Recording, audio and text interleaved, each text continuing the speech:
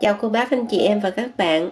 Dưa cải muối chua hay là dưa giá hẹ hoặc là kim chi Việt Nam hay là kim chi Hàn Quốc, nói chung là những cái món dưa chua ăn rất kích thích vị giác, giúp ngon miệng. Hôm nay Bình Khuyên lại tiếp tục chia sẻ thêm một món kim chi ngon. Có thể làm cho gia đình hoặc là làm quà Tết, cũng có thể làm để bán. Nguyên liệu cho món này anh chị em và các bạn sẽ cần có 1 kg giá. Và khi mua giá thì nhớ lựa giá đừng có bị hư, hoặc là trong quá trình mình rửa đó mình lựa nó ra, bởi vì nếu như nó có 1-2 cọng giá hư là nó sẽ làm cho cái nước bị hư luôn. Anh chị em và các bạn ở nước ngoài nhớ mua giá mới, chứ nếu mà cái giá cũ nó bị úng là nó sẽ hư hết, nó sẽ bị nhũng hết. Su hào thì 1 củ lớn, cà rốt, hẹ, nửa củ tỏi với lại hành tím. Cái su hào anh chị em và các bạn cũng có thể thấy cái vỏ xanh mình mua cũng được luôn. Cái này là vỏ tím. Mình cũng gọt, bỏ vỏ, sau đó rửa sạch sẽ. Ớt tươi hoặc là ớt khô đều được. Hôm trước mình Khuyên có chia sẻ cách làm kim chi bắp cải theo kiểu Việt Nam. Hôm nay mình làm cái kiểu này cũng của kiểu Việt Nam luôn.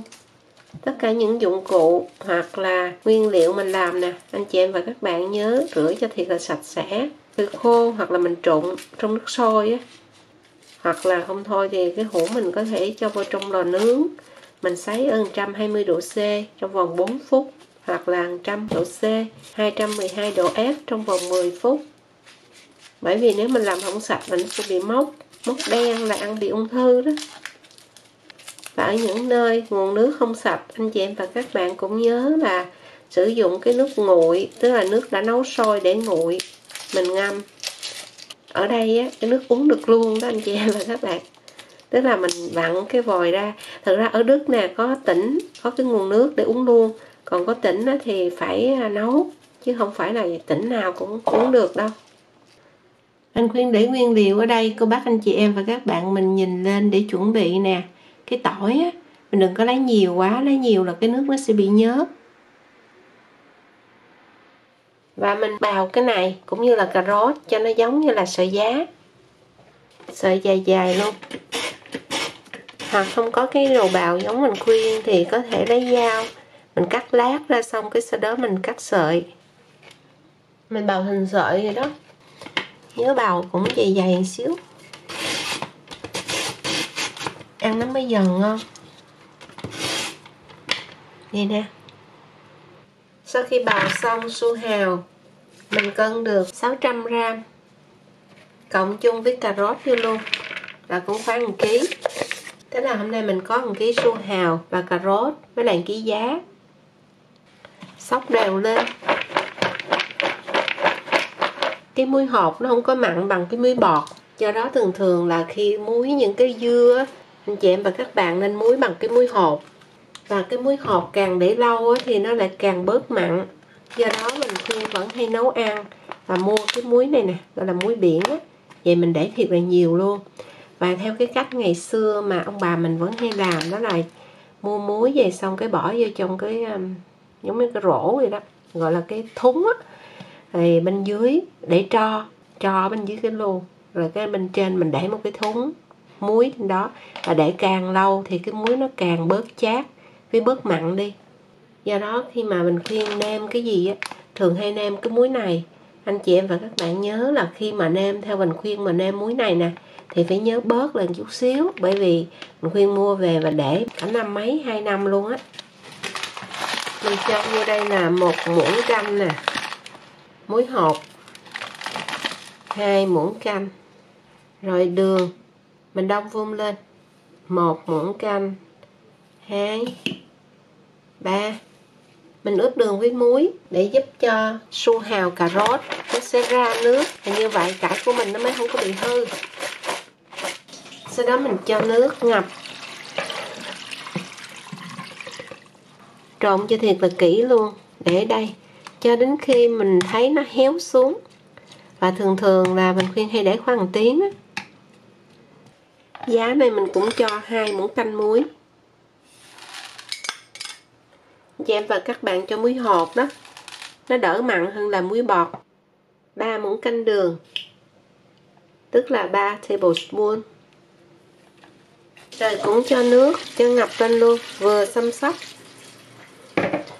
để chút xíu nữa là nó xẹp xuống. Mình hơi trộn sơ sơ lại. Nước ngâm sẽ có giấm. Đây là loại giấm 5% chất chua. Nước mắm, loại ngon. Cái loại không ngon thì nó lạc hơn đó, do đó anh chị em và các bạn phải canh chỉnh tùy theo khẩu vị gia đình nữa. Đường, bột ớt, 1/2 cup đường, 120g, 1/2 cup, 125ml. Cái loại này là nó không có mặn nè. 1/2 cup giấm là 125ml luôn. 1 lít nước.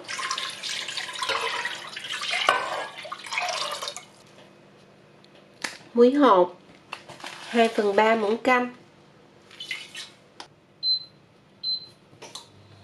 Mình nấu lên và chờ cho sôi. Bây giờ sau khi tan muối rồi mình nếm lại tùy theo khẩu vị gia đình. Mình cho thêm 30ml nước mắm ngon. Nước mắm ngon nó có cái màu đỏ đậm hơn.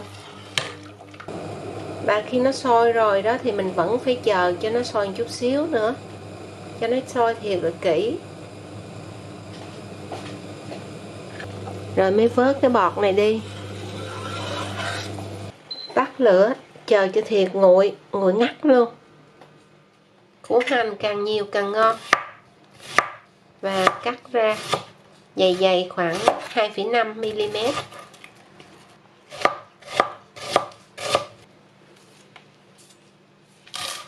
Trăm gram hẹ mình cắt khúc khoảng 3-4mm.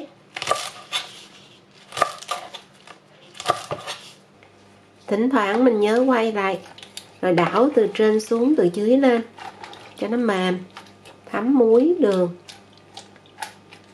Cái này cũng vậy luôn, đúng 1 tiếng.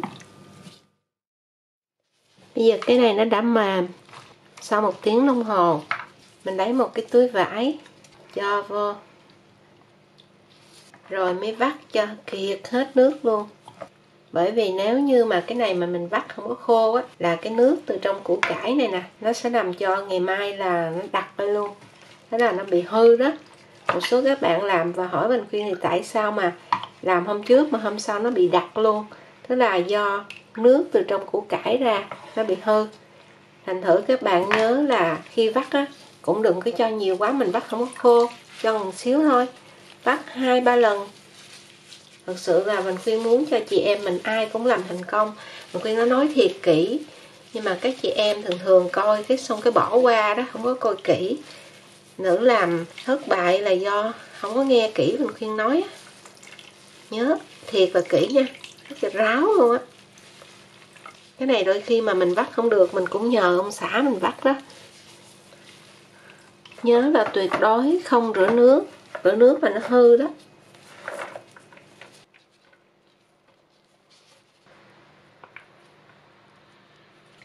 Giá mình vớt ra cái rổ và để cho ráo nước. Mình Khuyên nhắc lại anh chị em và các bạn nhớ không có rửa nữa nha.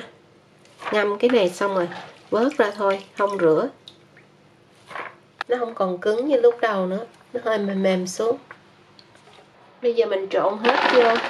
Giá nè, su hào cà rốt, hành tím, hẹ.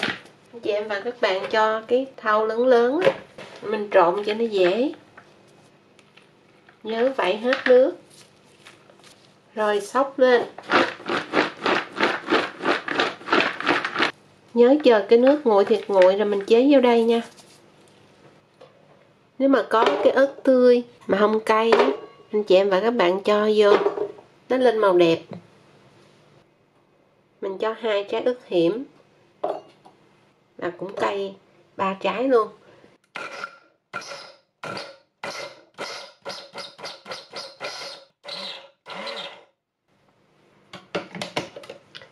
Nhấn thả vài cái là có tỏi, cho hết vô luôn, ớt bột luôn, 1 muỗng canh hoặc là 2-3 muỗng cũng được.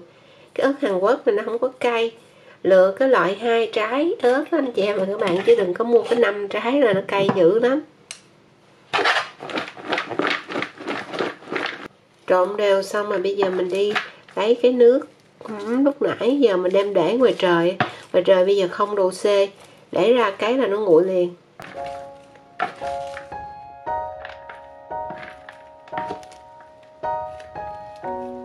Rồi mình sẽ chế vô nè.